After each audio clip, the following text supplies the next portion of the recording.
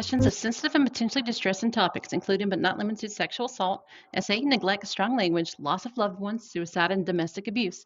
Listener discretion is advised. If you're easily triggered or sensitive to these topics, please take care of yourself and consider whether listening to this content is appropriate for you at this time. If you or someone you know is in crisis or needs support, please reach out to the following hotlines. The National Suicide Prevention Lifeline for the U.S. is 1-800-273-TALK. That's 1-800-273-8255. Their crisis text line for the U.S. is text hello to 741-741. Again, that's text hello to 741-741. The National Domestic Violence Hotline for the U.S. is 1-800-799-SAFE. That's 1-800-799-7233. If you are outside the USA, please seek out your local resources and hotlines for support. Your mental health and safety are important, and help is available. You're not alone. Thank you so much. Hello, everyone. Thank you for joining me again. This is Made in the South with Tina Honeycutt. Well, we left off on some weird spots yesterday, right? I will, again, just preface, there are trigger warnings in this. We will be discussing moments of sexual abuse, physical abuse, as well as emotional and mental abuse. Unfortunately, my story is not a pretty one, at least not my past. I tend to not talk about what happened to me because I kind of feel like it was a different part of my life. I tend to not look backwards. Anyone that knows me knows I'm kind of eye on the prize, move forward. I can't spend my life looking back. So talking about these subjects is pretty hard for me, but I'm going to push through. Thank you, each and every one of you that reached out to me. Truly honored that so many people cared to reach out to me after hearing my story for the first time. And oh my God, thank you everyone that has watched and listened to me, whether it was just for the 3 minutes or it was for the whole duration of 30 minutes, because I know I can talk. After all, I'm Southern, and I do get sidetracked. It does happen. But I want to say that I'm deeply honored. I'm just a person. I'm just someone's mom. You know what I mean? Like, I don't feel like I'm anyone special. I'm just a person that's trying to do my best every day. And that's all I can do, right? Be a good person, do good things, put out good vibes. But it took me a lot to get to where I am now. There's so much in my life that people tried to break and minimize and make me smaller. And I had to persevere and push through. Kind of left off of how I got into the foster care system yesterday. How I was adopted to the Honeycutts, my sister and I. Again, my brother did go off into the system and got adopted to another set of Honeycutts who lived 2 hours away from us. Well, life was as usual. My family was very religious. We went to church on Wednesdays and twice on Sundays. Our bedtime stories were about Noah's Ark and Jacob and his coat of many colors. When I was a child, I used to love God so much.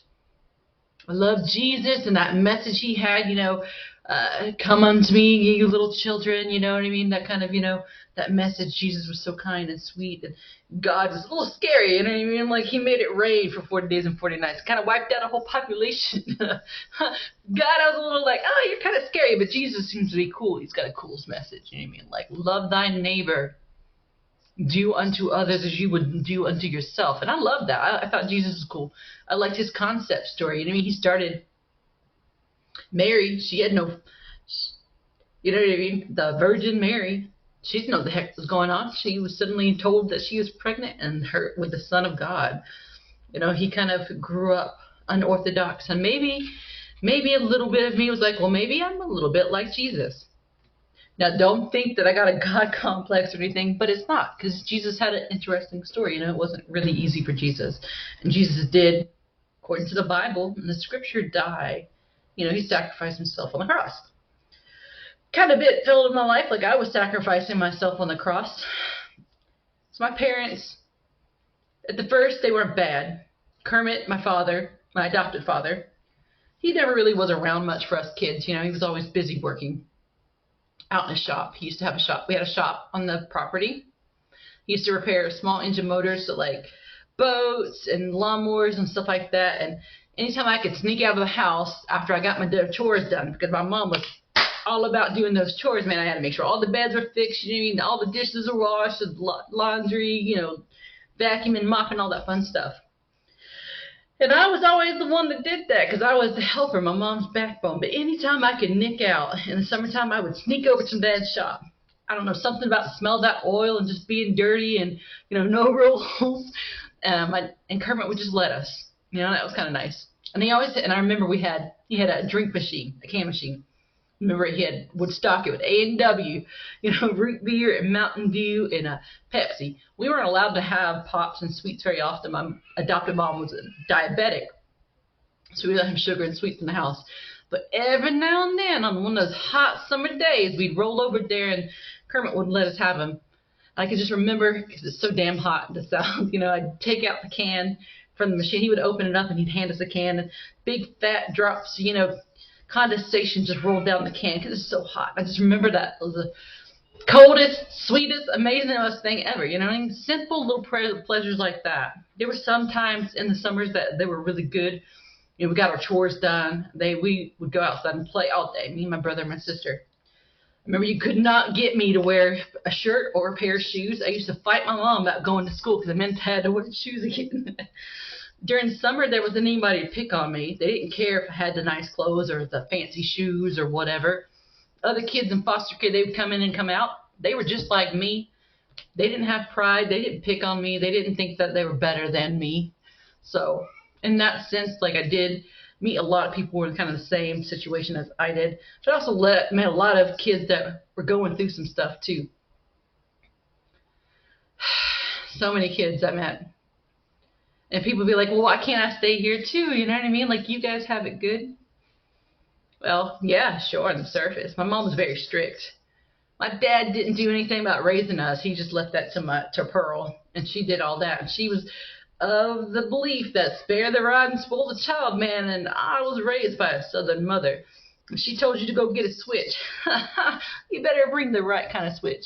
There's so many of us, if we got in a fight or spat, instead of just finding the one and filtering through the bullshit and punishing that one, you know what she would do? Because she's like, oh, y'all gonna lie anyways. Why don't you all line up? She'd make us bend over and pull our damn pants down in front of everybody else and spank us. I think the worst part of that was the anticipation of laying across her lap, waiting for that first smack, you know, waiting your turn in line. Because she was like, you know, you ain't gonna tell the truth, so I'm just gonna get all of you. Man, as a middle child, I got blamed for everything. I really did. It sucked. I was the one that took it all. The thing was, I wasn't even the one causing the havoc or chaos. I was the good kid. I wanted to please her. Because I thought, you know, if I'm good, if I am loyal, if I clean their house, if I do everything she says, and she will let me and Sheila, my sister, stay, I'll get food. I'll have a roof over my head. I'll have clothes. I'll have a bed to sleep in. So I put up with it, you know what I mean? Like, when I get spanked, even though I wasn't even out there playing with the other youngins, you know what I mean? Like, I would deal with it. I mean, sure, I'm not going to say that I was the most innocent child. You know, I was climbing trees and being crazy with my brother and climbing on top of the roof and jumping off and these things. You know, I was using my imagination. We weren't sitting in front of the TV. If we did, we were watching Bonanza or Gunsmoke or something, whatever my parents were watching. We never got to choose, like, TV. Very rarely we ever got to watch Saturday morning cartoons. And my mom said, hey, if you're sitting in here, she was of the belief, you know, idle hands is the devil's work. So if we were in the house too long, guess what we're doing? We're going to clean out the cupboards, take all the dishes out and wash them, put them back. You know what I mean? I'm going to organize all the clothes in the closet. My mom loved to wash clothes and hang clothes out on the line, even though we had a perfectly working dryer. Trust me, I tried that, you know, approach. I'm like, well, we have a dryer. Why not use a dryer? But my mom liked her sheets crisp. So here I am, my tiny little self. I'd have to go out there, hang clothes out on the line, use a stool, step on it, get down, step on it, get down. It would always take me so damn long. None of the other kids wanted to help with that, of course. Never. People wonder why it takes me 5 to 7 business days to do laundry nowadays. You could not pay me to ever hang my clothes up. I will always use my dryer forever and ever. And don't ask me to iron something, because you know what I'm going to do? I'm just going to get it damp and I'm going to throw it in the dryer. It's good enough. If you want creases, baby, go to the dry cleaner, because this girl ain't going to do it. Oh. Anyways, I digress. I guess I was just trying to kind of set up the way of life it was. For a long time, it was like that. You know, we'd go to school, we'd have the summers off, weekends we're doing work, and after school I'd get off. You know, first thing we did was homework. You know, we didn't fuss and fight over that. We had our rules. And then after homework, you know, then whatever chores. Then maybe at the end of the day, at the nighttime, we'd sit there and we'd watch, we call it wrestling, you know, in the South. Because my dad was really into Ric Flair and, you know, Hogan and, you know, all them fools. And that's kind of what we do, which kind of will take me to a story that me and my brother, this is kind of a mischievous thing, and I still felt bad about this for years. So my brother really liked wrestling too. He really liked Ric Flair. He really liked doing the figure four. Well, I was a tiny little kid, man. I was like 68 pounds. I don't know, maybe it's because we starved and I grew up malnourished. It took me a long time to kind of get any weight on me, especially when I was tiny. My daughter, she is a lot like me, like I was when that age, but she's never starved. That kid eats more than a horse does, I'm telling you. But back to the story. So my brother, he was always, you know, figure fouring me, fucking body slamming me. You know what I mean? Like, he thought he was hot shit of a wrestling god. Really, he did. And like I said, he never picked on my sister because she was the baby. And she was so precious and treasured. My sister was all into Barbies and pink and dressing in dresses. And here I am, the tomboy of tomboys. You know what I mean? I'm running after my brother. I'm just as dirty and rugged as he is. We're playing cops and robbers, and I know it's not PC, but cowboys and Indians, because we used to watch westerns with my dad, so whatever. We were playing Ninja Turtles and all the kind of crazy whatever. Anyways, I digress. So one day he put the figure four on me, and it hurts, of course. Then he stops, and he picks me up, and he body slams me. Well, knocked the freaking breath out of me, and if you've ever had your breath knocked out of you before, that hurts. You literally cannot breathe. Your lungs are pretty much paralyzed. Well, I never really had much of a temper back then, not towards my brother, because I adored him, worshipped him. Like I said, the sun rose and set in Joey's ass to me, you know what I mean? Like he was my idol. But it pissed me off. I think that was probably one of the first times I ever got outwardly mad at somebody else, because I always internalized that I'm not someone that really likes to let my anger control me or, you know, rule me. But I was like 7, you know what I mean? What do I know? Pissed me off. Finally got my breath back. It took forever. I thought I was going to die, I swear. Got up and I pushed him over. Then my little 68 pounds jumped onto his foot, and we both heard a crack. And I can swear that I've never heard that boy cry and scream like that ever before in my life. Well, what ended up happening is I broke 3 of the bones on top of his foot. Now, my 68 pound little ass wasn't enough to break his foot. But there was a tree root underneath his foot, so the whole pressure, leverage, right? Boop, boop, boop. Do you know that I cried so bad? I was so upset about that. I begged him to forgive me. He would not forgive me. He would hobble away on his crutches. He wouldn't let me sign his cast. You know, years later, even after we had grown up and we were, you know, talking to each other as adults and teenagers, he'd always say, "Tina, your fat ass broke my foot." But I will tell you, during that summer, my brother didn't fuck with me. No, sir, he didn't. All I had to do was just kind of stomp, and he'd hobble away on those crutches. Oh, man. That was the only time I ever got one over on my brother. Anyways, that was just a funny little aside. I broke my brother's foot once, but I didn't mean to. I was really not a violent child. And, you know, it was totally an accidental, and I was really sad he didn't let me sign his cast. Hop along, Joey. I picked on him a little bit when we were older about that. Of course, he'll tell you it was my fat ass, but, you know, it is what it is. Anyways, that was our day. That was our life. You know, we played, did chores. It was very, very, very, there wasn't really much enjoyment. We were too poor to really go out on trips and stuff like that. Sometimes they take us out to the beach because we live close enough to the beach out there past Monkey Junction in Wilmington, North Carolina. So we were pretty close to Carolina Beach. I remember one time before my brother went to the other place, that he set the woods on fire next to our house. Oh my God. And no one could find him. Like the fire department had came out and they're all trying to put the fire, and it's summertime, so everything's hot and dry. And we were like really worried. We're like, Joey, where are you? Where are you? His little ass was hiding in one of the boats because, again, my dad used to repair small engine motors. So sometimes people bring their boats over, and he was hidden in one of those boats, and he wouldn't come out. Lord, let me tell you how much trouble he got into. Jesus. Jesus only knows. But I think not long after that, he was done living there because my mom was very strict. She was a disciplinarian, and he wasn't about that. But, totally can understand. My mom was always really, really stern, but it got worse when my dad had a stroke. So my mom, Pearl, my adopted mom, never worked. She only had a 4th grade education. She married Kermit when she was 19 and he was 37, and he'd already been divorced, and he had 2 grown children by that time. To say that she had a rough life would be undermining what happened to her. Again, even like my bio mom, I can rationalize some of the things that made them the way they were. But again, it comes back to choice. You can choose to be a good person or a bad person. You can choose to let the shit that happened to you warp you or make you grow. So my dad had a stroke. I remember the night it happened. My dad was a big man. He was 350 pounds. I remember very, very clearly. I went to go help him get up for dinner. He had this big old recliner. I went to go help him, my 9-year-old self. I went to go reach out for his hand. My mom, I couldn't get him up, and so I called my mom over. My mom came and went to go pull on him to lift him up, and he fell on her. And we couldn't get him off of her. We were little, right? I remember we had to call our friend Dale, who used to live down the road. He was always a good family friend, always helping us out. We had to call him to get him off my mom because he had pinned her down there, and he couldn't move. Like, he couldn't talk, he couldn't move, whatever. He had a massive stroke. It just hit him right hard on the right side, so completely paralyzed his left side. That was the beginning of the end of my childhood, right then and there. I remember we weren't going to put him in a home. In the South, it's a bit different. You take care of your own. So we took care of him at home. I had to learn real quick how to take care of someone that was disabled.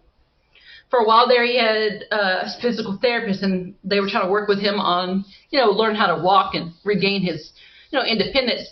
But Kermit gave up. Kermit was like, oh, this is easy. They're going to come in here, and I got some cute nurses. I can pinch their asses, and they're going to wipe my ass, and I can eat whatever I want. So he was like, no, I'm not going to work for it. So he gave up. He gave up. So here I am, 9, lifting on a 350-pound man, wiping a 350-pound man's ass because he's shitting and pissing himself all the time. After a while, he didn't become my dad anymore. I had to kind of disassociate that, because when you see someone deteriorate like that, and when you have to take care of him to that kind of level, and I used to love him. I'm not saying that I never did love him, because I did. There was a time. But after a while, I would say that people that can take care of their loved ones in that capacity, God bless you. It's hard. Not only the physical work of it, but the mental load. Because then he got dementia, and he kept having strokes, and it was just destroying his brain, what was left. I think that if he had actually kept going with the physical therapy and kept moving and was active, and kind of took care of his health, none of those things would happen. But he gave up. He just let it happen.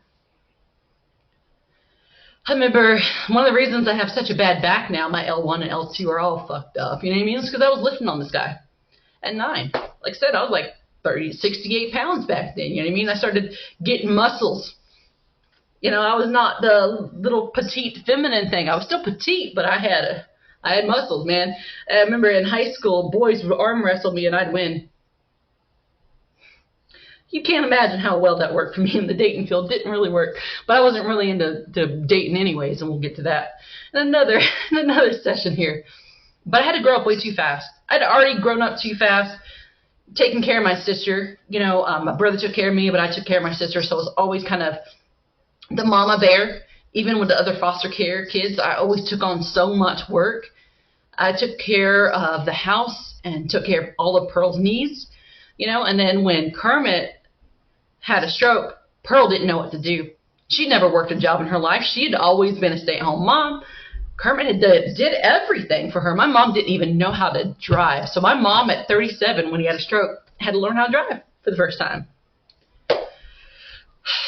Thankfully, he got like Medicare or whatever, and us kids, we brought in money every month. That was, yep. If you have kids from the state, that was one of the main reasons they did what they did, was because they could help offset and pay the bills. Was having all these kids here, Me and my sister, she got a monthly stipend for us until we turned 18. Every month she got a monthly stipend, and it did increase every few years, to accommodate for our growing needs as we grew.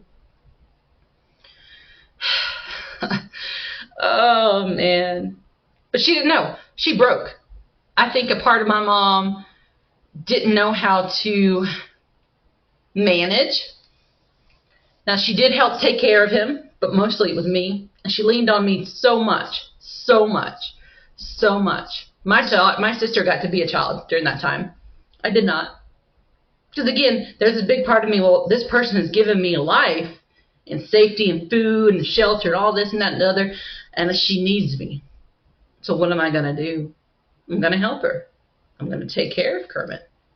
I'm going to lighten the load. When he wakes up in the middle of the night yelling, help me, because he's having a nightmare or he needs something, guess whose ass got up and helped him? My insomnia started so long ago. My migraine started so long ago. It's the stress. It's not realistic kind of things to have a 9-year-old doing. I remember it got so bad that my mom was like, I can't handle this anymore with just you, Tina. So we're going to have to move and go be closer to my sister. So we packed up everything I ever knew. And my sister, we ever knew, she stopped doing, at this point, when my dad had the stroke, we weren't doing foster care. So it was just me and my sister. Because we were adopted, so we were there already. So we moved to the middle of nowhere, North Carolina, called a little town called Dunn. Dunn. Now, my joke was always, if you get there, once you get there, you're done. And really, it was. I remember my mom wouldn't always pay rent, so we moved around a lot. It was great. We'd hop from Dunn to Erwin, which is a little town next to it. And Erwin was always known for, like, the denim days. The only thing that you could do in those towns was go to Walmart, the super Walmart, and cruise around. There was just nothing to do there. Everybody knew everybody. You fart and everyone smells it. There's no secrets in a town like that. But whatever. So she moved closer to be closer to her sister so she could have more support. You would think that would have helped. They would have helped out, but no, they didn't. They just meant she had someone to talk to, basically. So that was kind of nice or whatever. But again, she didn't always pay rent and stuff like that because she never took care of a home. Not really. She took care of the inward help, taking care of the kids and cooking and that kind of stuff and being a homemaker. But she didn't know how to do any of that. And she wasn't just going to go and get a job, God knows. Why would you think about doing that, and trying to support your kids? Instead, she's going to take care of him and make me her nursemaid. I remember when the rotating nurses, because they would have a nurse come in twice a week, the nurse would come to me for the checkup, and I would give her the rundown because I knew everything about it. I could easily have gone into the medical field had I chose to do so. I have an affinity for it, a natural affinity, and also I understand it quite well. Do I want to work in that field? No. Do I give people massive props for working in that field? Yes. Thank you so much. You guys are heroes, for real. I think that taking care of a loved one did me in on that one. So I can't. I just can't. Even though I might be good at it, and even though I would give them excellent care, I just can't. I have no desire to do it because I did it my whole life. One of the reasons I never wanted kids, originally, I love my children, don't get me wrong, but I wasn't actively going out and trying to make babies because I had spent my whole life taking care of people. I took care of all the foster care kids, took care of my sister. Then I was forced to take care of a grown-ass man. So my whole life, where's Tina, right? When does Tina get to enjoy her life or enjoy her childhood? I was a kid. So heavy is the head that wears the crown, right? But if you ask me if I would have done things differently, probably not. Probably not. I think everything happened the way it was supposed to because it helped mold me to be the person I am now. Was any of it easy? Hell no, it wasn't. And that's just a part of it. I mean, this is the part of it that leads to the other part, and I'll probably save that for the next section. But yeah, so we moved to Dunn and Erwin. We were the poor kids that everyone fucking picked on, and we never had the good clothes. And somehow or another, they found out we were adopted, and oh, lordy, that was even better. Kids are fucking assholes. And they're worse today because now you got social media and they can just shame you and take pictures and share and ruin your life. Back then we didn't have that, but we definitely had still enough bullying. I remember one time. So let me back up a step. So I never bullied anyone. I was not aggressive at all. But if you fucked with me, I finished it. I had pride. I might have been poor and all this and that and other, but remember, I had some of this anger, right? My mom had all this little inward anger. I never let it out, right? But I also had pride. I was spunky little shit. They would pick on me because I was poor. I never laid a finger on them first, but if they did to me, then I did it back. And back when I was a kid, there was a few years where spanking was still a thing in school. So the principal in my ass knew he did it quite well for a bit. Did I regret it? Fuck no. After a while, people stopped messing with me because they knew would hit them back. Because I had pride. Even as poor as I was like, oh, they ain't going to pick on me and talk to me like that, because we all put our shoes on the same way. We all put our pants on one foot at a time. No one is any better than me. And even at that age, I knew that. I was like, no, you don't talk. I am still a human. You cannot treat me like that. I remember they would pick on my sister. My sister would cry because she was sensitive, Sheila. And she'd come run to me, and then I'd have to go talk to them, and then they would swing on me, and then it was a thing. It was always a thing. Let me tell you that no one ever wanted to date me because they were worried I'd hit them. I remember one time, I can laugh about it now, but I was really pissed. It was really fucking disgusting. I was probably, just started high school. No, 8th grade, so right middle school, right, and going into high school. I remember this fucking punk came onto the bus stop, and walked up to my sister and gave her a bag of dog food, dry fucking kibble, and a flea collar. Because we were poor. You know what my little ass did? That time I did swing on someone first. I will say that, and I don't regret it. So I stood up. I'm tiny, man. I was like 5. Back then I was even already at my apex height, 5'3.5". So I stood up. My little 5'3", a little ass popped up, hit him right in the nose. Fucking nose just spread everywhere. I didn't fucking care. I was like, pfft. Now I got in a lot of trouble for that. Do I regret doing that? Nope. But I'm going to tell you, that boy never fucked with us again. And when I got into high school, that boy, if he ever saw me in the hallway, he would turn pale and turn and go the other way. So after a while, people stopped picking on my sister publicly. Kids are fucking assholes, man. I wish I could say that bullying was the worst thing that we ever went through or experienced, but it wasn't. I was just like, kid shit, man. But who does that? Who brings someone fucking dog kibble and fucking flea collar? We're humans. What the fuck, man? What the fuck? I bet he never did that to anyone else again. I hope his nose is still... Jimmy, if you're out there, I hope your nose is still fucking crooked. I really do. But after a while, I got older and I realized violence, my anger wasn't going to get me anywhere. Fighting is not the answer. I don't advocate for it, and I don't teach it to my kids because it doesn't. It doesn't get you anywhere, because violence just begets violence. I was an angry kid, but I had reasons to be angry. But again, I was not outwardly angry. I never picked or sought a fight, but I stood up for myself. I didn't let people push me over. At least there was that. I wasn't a pushover. I would do everything else for people, but I wouldn't back down from a fight. If you offended me or you tried to swing on me, that was it. You know what I mean? I'm going to fight for my sister. I'm going to fight for myself. I don't teach my kids that. You know what I mean? Like, let's try to talk it out first. And anger is not the answer. Violence is never the answer.